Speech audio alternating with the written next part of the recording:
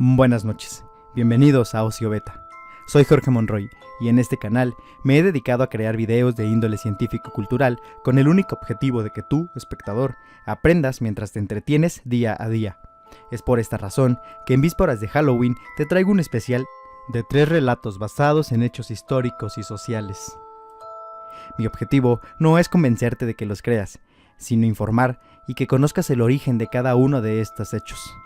Está en ti decidir si creer o no, pero te invito a que mantengas una mente abierta y que estés muy alerta hoy, en esta noche.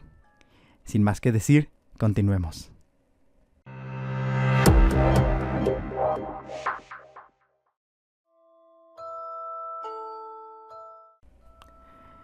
Cuando nosotros pensamos en hogar, nos imaginamos un lugar donde nos sentimos cómodos, donde estamos seguros, donde podremos llegar y nada malo nos pasará. Pero déjame decirte que no siempre es así.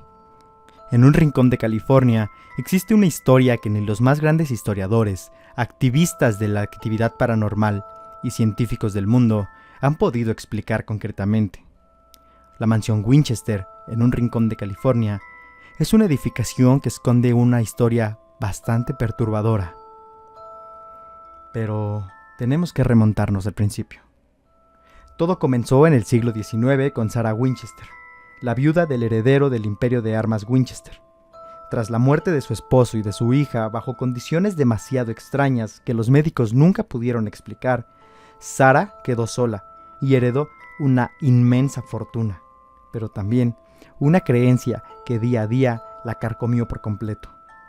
Convencida de que estaba maldita por todo lo que le había sucedido, Sarah visitó a varios médiums, y entre ellos a uno específicamente, que le dijo que varios espíritus y ánimas la estaban siguiendo y querían venganza por todo lo que había hecho el imperio de su marido muerto.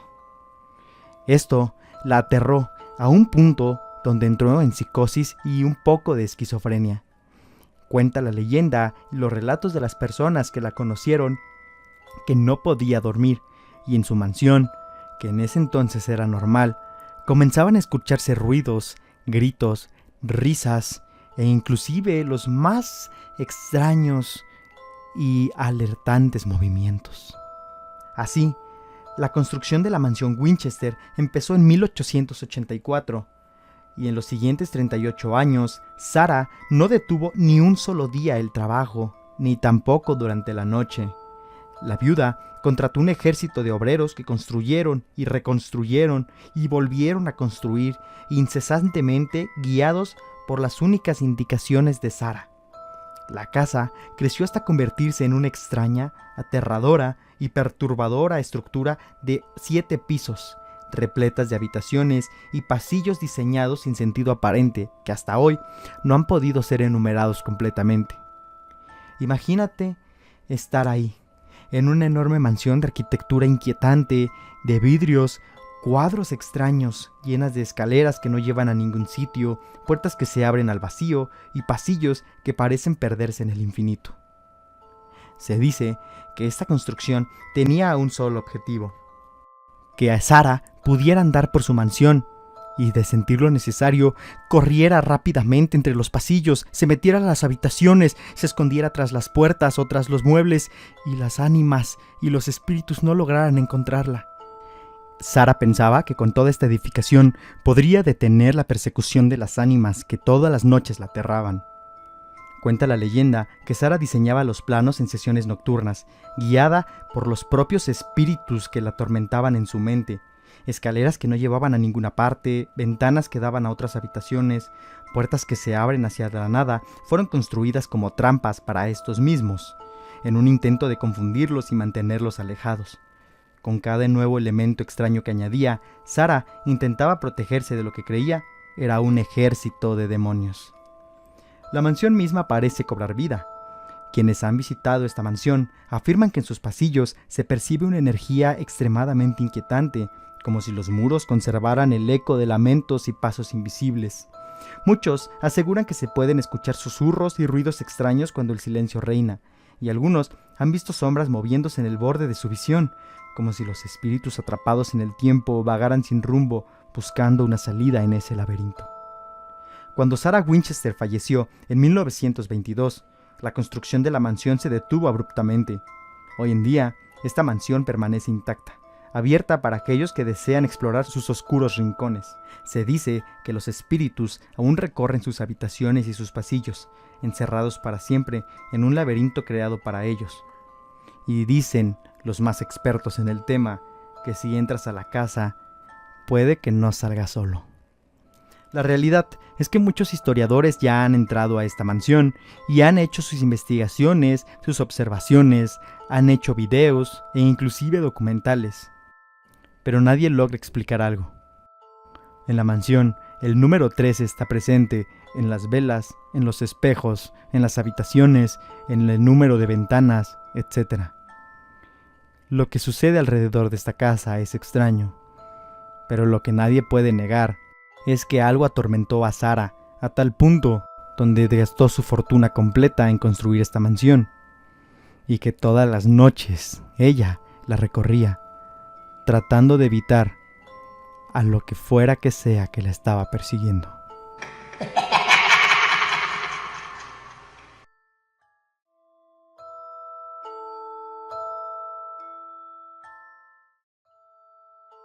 Las brujas y todo el tema de hechicería han dado mucho de qué hablar desde hace muchos siglos, e inclusive recordemos que fueron perseguidas en tiempos de la Inquisición. Pero la historia que contaré a continuación ha quedado registrado en los libros de historia del país norteamericano más grande. Además, ha hecho retumbar a todos los países del mundo, pues está catalogada como una de las historias paranormales reales más tenebrosas del mundo. En las serenas tierras de Red River, Tennessee, se oculta una de las historias que ha dejado una marca imborrable en las historias paranormales de Estados Unidos. Corría el año de 1817, cuando la familia Bell comenzó a experimentar sucesos inexplicables en su hogar. Ruidos extraños en la noche, susurros inquietantes, objetos que se movían por sí solos, e inclusive voces que les hablaban por sus nombres cuando estaban solos. La familia Bell, encabezada por el padre John y la madre Lucy, junto a sus 4 hijos varones y su única hija, Elizabeth, eran una familia normal de un pequeño pueblo de Tennessee en Estados Unidos. Eran una familia tradicional, normal como cualquier otra, trabajadores, sanos, amables y eran muy unidos. Así es como fueron descritos por sus vecinos y la gente más cercana a ellos. Dueños de una granja medianamente exitosa y negocios alrededor de Clarksville, vivían tranquilamente como cualquier otra familia sureña del siglo XVIII, religiosamente y día a día. Parecía que nada había de especial en esta familia. Los Bell eran una familia como cualquier otra del condado, pero no sabían que se habían convertido en blanco de uno de los ataques más terroríficos provenientes del más allá. Sin embargo, en 1818, la pesadilla se hizo realidad, cuando comenzaron a sufrir una de las peores posesiones de las que se tenga memoria y registro histórico. Todo comenzó cuando la pequeña Elizabeth Bell notó que una de las patas de su cama había sido roída fuertemente, por lo que pensaban que era una gran rata, y aunque buscaron por todos lados alrededor, presuntamente responsable, nunca lograron verlo. Fue ahí que supieron que algo, o alguien, estaba tratando de atacarlos. A los pocos días, el ente se manifestó a través de sonidos como de un bebé llorando o sillas rechinando. Pero también empezó a mover los muebles de su casa. Golpes y jalones de cabello por parte de un ser invisible comenzaron a atormentarlos noche a noche.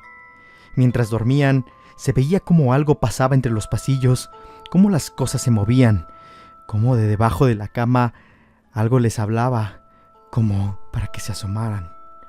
Los vasos se caían, los platos se rompían, ya no estaban tranquilos. Cuando se cambiaban o cuando se estaban bañando o estaban haciendo sus quehaceres diarios, sentían que alguien les hablaba por su nombre, pero cuando asistían al llamado no había nadie. John trató de hacerse cargo de estos ataques para proteger a su familia, pero era difícil luchar contra algo desconocido y máxime invisible, hasta que los pobladores de la ciudad lanzaron su teoría. Se trataba del espíritu de Kate Batts, una mujer condenada a la hoguera por brujería en años de la Inquisición. Víctima de un duro señalamiento, decidió, sin aparente motivo, atacar a John Bell y a su familia como represalia a lo sufrido durante su vida. Y desde entonces, el ente fue conocido como la Bruja de Bell. En un hecho sin precedentes y para sorpresa de todos, el espíritu comenzó a hablar y aseguró que John Bell era su enemigo y lo odiaba como a ningún otro, prometiendo que lo seguiría acosando y asegurando que sus días en la tierra ya estaban contados. Tal y como lo prometió, la entidad 3 años después se llevó a John Bell. Este hombre entró en un largo estado de coma que tan solo unos años después le quitó la vida bajo circunstancias que nunca fueron explicadas. Las historias más macabras cuentan que en el funeral se escuchaban a personas reír y, de repente, una señora muy grande se apareció en el funeral y empezó a cantar de felicidad, pero nunca supieron quién era. En un arrebato de locura, el espíritu de la Bruja de Bell se apareció mediante una gran bola de humo para anunciar que desaparecería por 7 años y que así la familia podría vivir en paz. Para 1828 regresó un poco más juguetona, pero unas semanas después se volvió a ir y regresó 107 años después. En 1935, un hombre llamado Charles, descendiente directo de Bell, no reportó ningún suceso extraño. La bruja habría desaparecido sin rastro y para siempre, dejando misterio e incertidumbre. Este fenómeno ha sido caso de estudio por los más grandes historiadores y científicos que han querido desmentir la historia, pero que no han tenido éxito.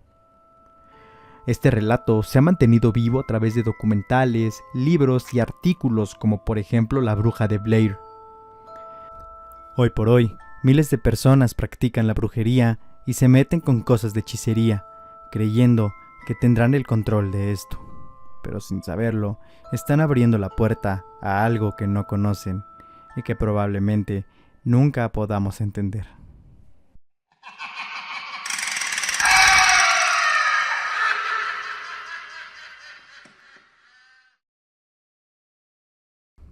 Personalmente, el siguiente relato es de mis favoritos, no solamente por el personaje, sino por toda la historia y su desenlace. Esta historia sigue presente hasta el día de hoy en el pueblo donde ocurrió, y los habitantes se niegan a hablar abruptamente del tema, pues el terror aún le cala hasta los huesos, y esta leyenda se convirtió en un cuento para niños que oculta una verdad siniestra.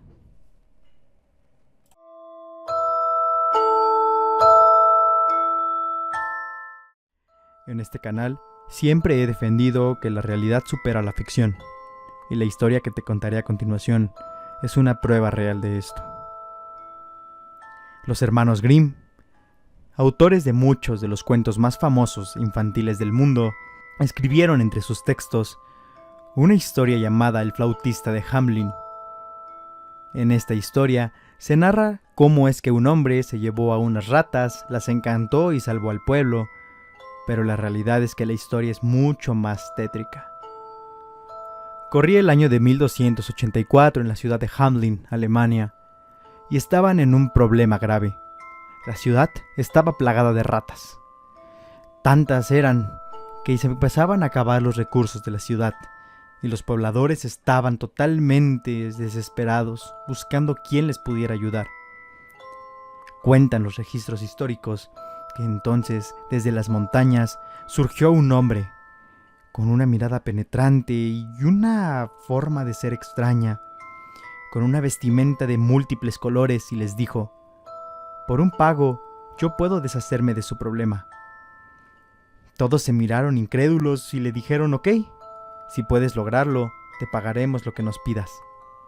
Así, el flautista sacó de entre sus ropas una flauta y comenzó a tocar una nota tan increíble, tan dulce y misteriosa, que todas las ratas empezaron a salir de entre las coladeras, de las calles, de las casas, de los costales, de los botes, y como por arte de magia lo comenzaron a seguir. Totalmente hipnotizadas por su música, lo siguieron hasta un embarcadero cercano, y ahí las ahogó en el río. Y entonces los ciudadanos no podían creerlo. Habían peleado durante años con las plagas, y este hombre solo tocó una melodía en su instrumento y se eliminó. Entonces se negaron a pagarle y le dijeron que era un trabajo muy fácil, que de seguro era algún truco de magia extraño y que no le iban a pagar nada. Así, el flautista se enojó, se les quedó viendo y les dijo que entonces pagarían con algo más costoso. Bajo esta amenaza, los hombres se metieron a su casa y comenzaron a hablar muy felices porque ya no tenían el problema de las ratas. No obstante, el 26 de junio de 1284, el día de San Juan y San Pablo, el flautista volvió y comenzó a tocar su flauta nuevamente, pero esta vez en una melodía mucho más extraña. Una melodía que, según los registros, te helaba la sangre de lo extraño que se sentía escucharlo. Así, ahora no eran las ratas los que lo seguían. Los niños comenzaron a salir de las casas. Salían por las ventanas, por las puertas, se despertaban y trataban de seguirlos, y aunque los padres se los impedían, parecía que estaban hipnotizados. El flautista, bailando y tocando con una sonrisa bastante macabra, comenzó a llevarse 130 niños de Hamelin esa noche.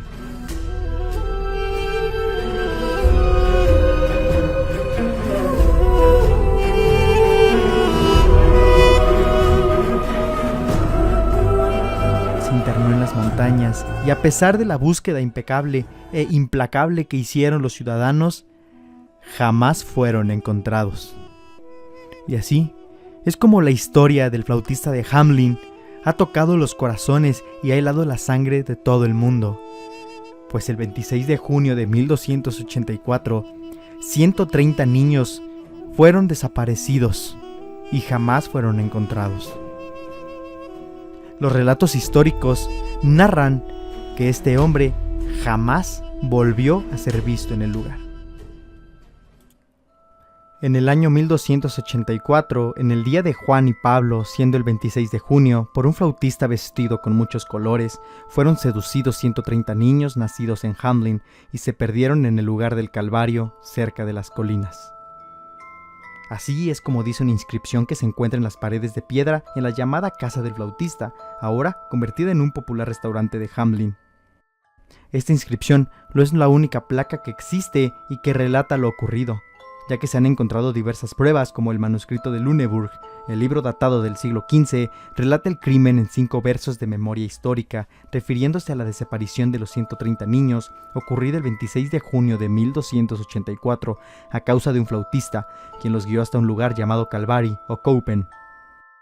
Los registros obtenidos sobre la iglesia de San Nicolás, destruida en el siglo XVII, también describen una vidriería con la ilustración de un flautista y varios niños, así como la anotación encontrada en los documentos de la ciudad del año 1384, en donde se lee que han pasado 100 años desde que los hijos de las personas de ahí desaparecieron.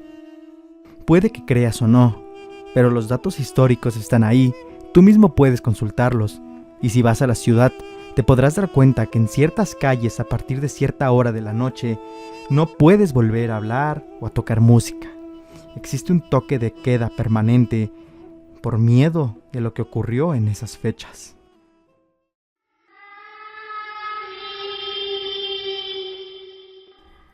Antes de terminar este video, quiero invitarte a que vayas a ver mi nueva revista digital llamada Ociontífica. Este tema de octubre es sobre las brujas y otros males. En ella hablo de la hechicería, de la alquimia, de las brujas, pero desde un punto de vista cultural, científico e histórico.